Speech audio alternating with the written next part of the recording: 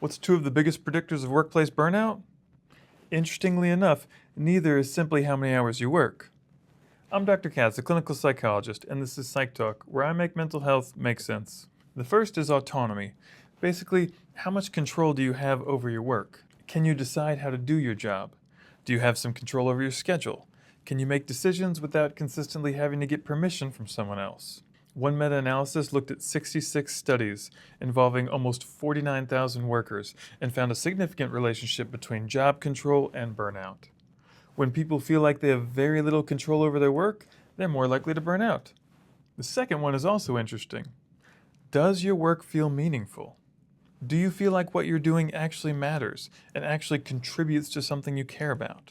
A meta-analysis involving more than 70,000 people found that experiencing your work as meaningful was associated with lower burnout, less stress, and overall greater job satisfaction.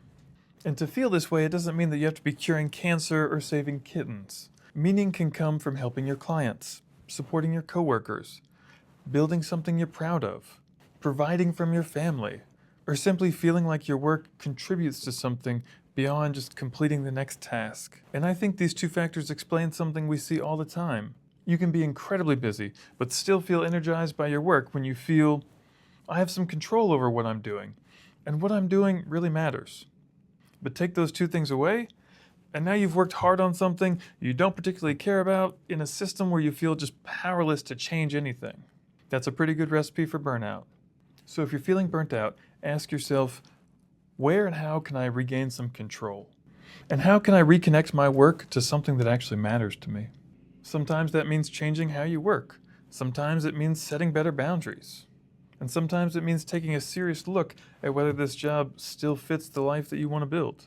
If you're struggling with burnout, work stress, perfectionism, or figuring out what you actually want to do with your career, these are exactly the kinds of things that therapy can help you with. We have several therapists here at Houston Therapy who specialize in working with professionals. You can learn more through the link in my bio.